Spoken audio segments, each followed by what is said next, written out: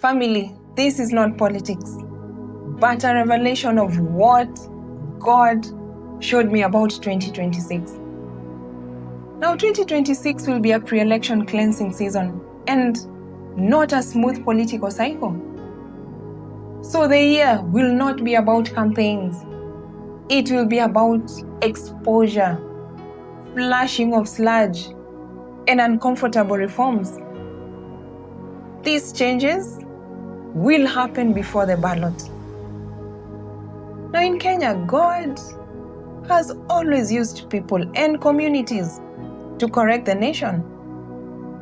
Now this is not politics, I repeat, this is history. For a long time, one community carried a heavy burden. They spoke loudly, even when things were wrong. They challenged power. They even questioned leaders. They refused to keep quiet. And God used them. They were like, it's like people who kept pointing at a dirty house and saying, this place needs cleaning. That role, it was important. And heaven recognized it. But hear this truth. God does not use the same people in the same way forever. When God finishes one assignment, He does not argue. He simply moves responsibility. So sometimes the people who used to shout outside the house, they are later invited inside. And when you enter the house to eat, you cannot shout the same way you used to shout outside. You'll be denied food and even chased out of the house. Not because you are weak, but because your positioning has changed as you are now inside. So God, in His wisdom, does something else. He looks for people who can bring balance. This is where a quiet shift begins. Even in the Bible, if you look at the Bible, Moses did not lead Israel forever. Joshua had to take over. Here we see different seasons, but the same God. So children of God, I want to share a very powerful revelation where God showed me about Kenya. Now, I saw a familiar place, yet there was something that needed attention. The toilets were dirty, the water was scarce, and the waste had built up for a long time. Now here God showed me that the dirt and the sludge represented what has been neglected in our nation. Not just politics, but systems, responsibilities, and leadership that had become messy. But God, He also showed me His solution. Now this is it. Leaders from the Luhya community came, wise, trusted, and capable, to clean what needed to be cleaned. They didn't rush. They didn't shout. They simply used order, planning, and care to remove the sludge safely. And when it was done, the place was restored. But there was something more powerful. Now, in this vision, the Luhyas, who had historically been used to clean the sludge, or even to question governance systems and politics, they had become quiet. I saw older Luhya leaders set up a meeting to take up that role. Now, this family is exactly what God is doing in Kenya today. He is raising leaders at the right time. He is guiding communities and voices. He is He's cleaning systems that have been broken or misused. And he is doing it in a way that prepares the nation for a better season. The Luhya nation, it will carry a leading role in this cleansing phase, not as rulers by power, but as stewards of institutional reform and moral reset, especially at a time when the Luo political conscience, it appears compromised by proximity to power. So this role is conditional, temporary, and responsibility-based. It is not a coronation. You need to mark that. It is not a coronation. Now, the moral initiative will come from outside the traditional custodians of protest politics, that is the Luo. Now, historically, the Luo have often held the role of conscience, opposition, and reform. The Luhya, they have focused on institutional, administrative, and balancing roles. And so God revealed a role transfer and not superiority. So spiritually and politically, when a community that checks power moves too close to power, it loses its ability to confront boldly.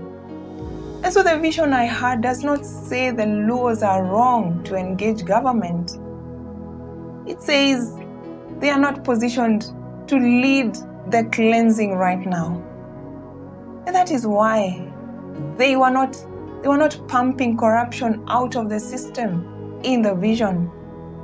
That is why they were not supervising the process. Now, why are Luhya leaders trusted with a cleansing role?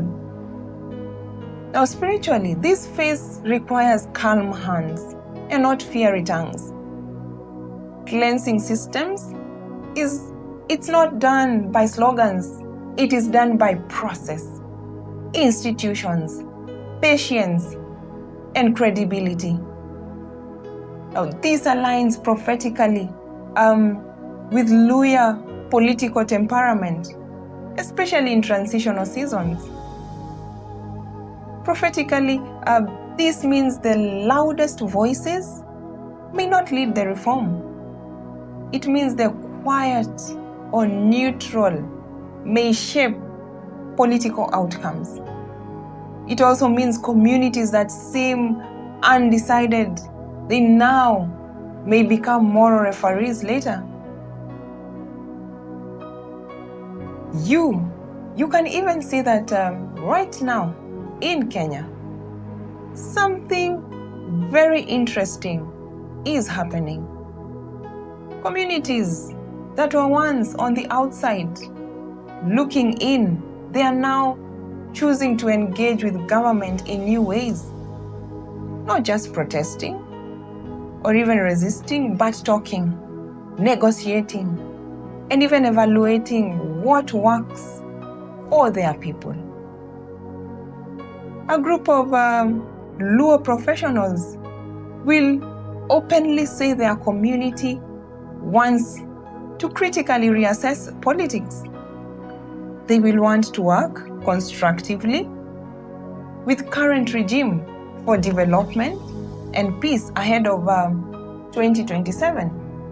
Now, at the same time, leaders from Western Kenya will tell their people to stand together with purpose, to unite not around anger, but around development, jobs, roads, and influence that benefits ordinary families. Now, this is not chaos. This is realignment. Not just shouting, but strategy. Not just opposition, but engagement. And God is not absent from this. He is He's shaping hearts. He's opening eyes and guiding this change so that Kenya does not fall into bitter division, but moves toward responsible engagement and lasting peace. God has not changed his plan for Kenya. He has not given up on this nation. God has not handed Kenya over to politicians. He has not, I repeat, he has not stepped aside to watch chaos. The Bible tells us that God works with seasons. Same God, different seasons. Sometimes God uses loud methods. Sometimes God uses quiet ones. But his goal never changes. When Israel was in bondage, what did God do? He used a man who confronted Pharaoh. When Israel needed to settle and build, God used a man who organized, who planned, and even divided land. This is the same God, different strategy. That is what many people are missing today. They think because God is quieter, he is absent. They think because politics looks confusing, God has lost control. No, God is not confused. God is adjusting how he works. Kenya has gone through a long season of noise, protests, arguments, tension, strong words. And in that season, God allowed it because it was needed. It was needed. Noise wakes up people. Noise exposes problems. Noise forces attention, but noise is not meant to last forever. There comes a time when shouting cannot fix anything anymore. At that point, God changes the method. Not because truth has failed, but because the season has changed. Right now, Kenya is in that place. People are tired. Emotions are high. Trust is very low. And when people reach that point, God does not add more fire. He instead adds wisdom. So what we are seeing in Kenya is not God leaving. It is God saying, let us move from talking about the problem to fixing the problem. Let us move from arguing to arranging, from fighting to structuring. Let us move from noise to order. This is how God protects a nation. Not by excitement, but by redirection. And before anything else happens politically, God wants us to understand this.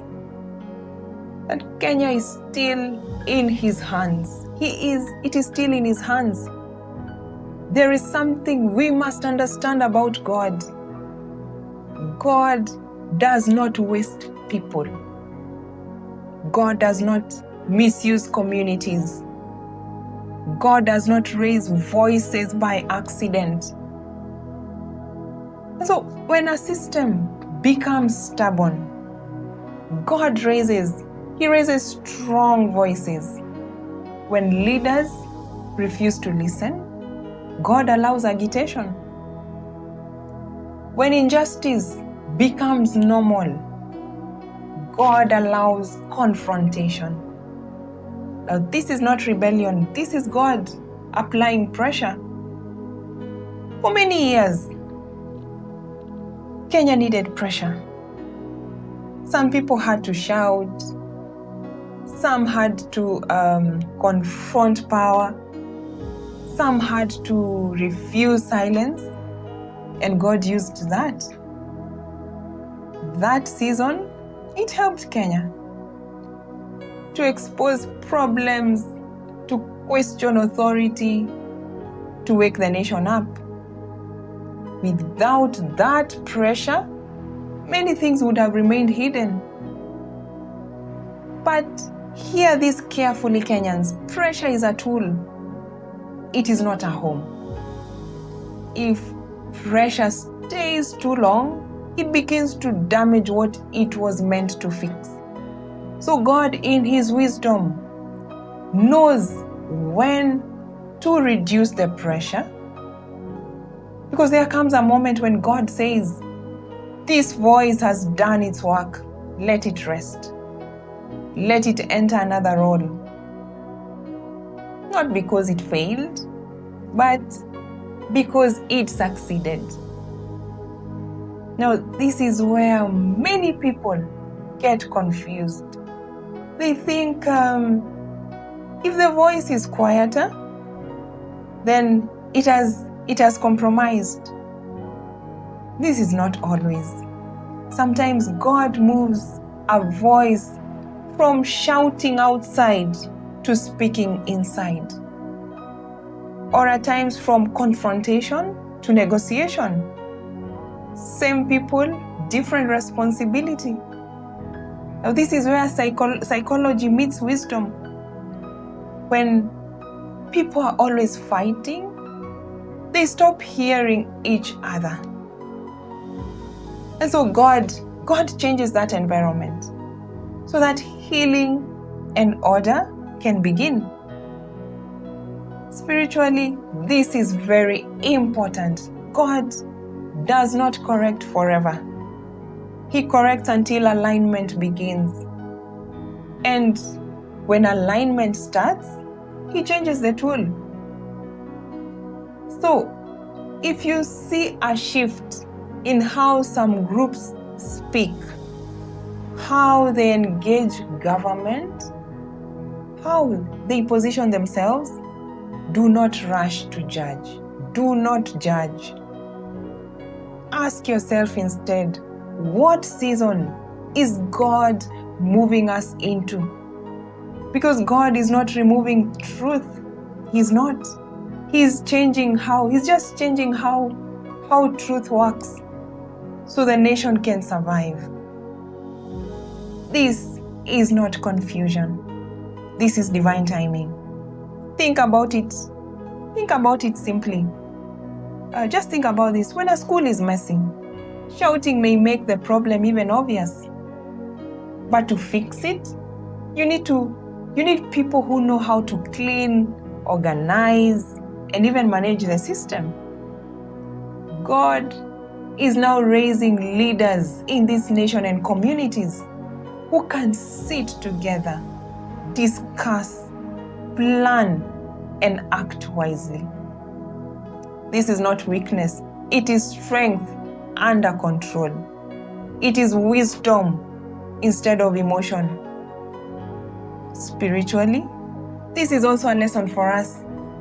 God sometimes, He moves people we expected to fight into roles we never imagined. The ones who shouted are now invited to the table. The ones who argued, they are now asked to plan. Even the ones who complained are now asked to guide quietly.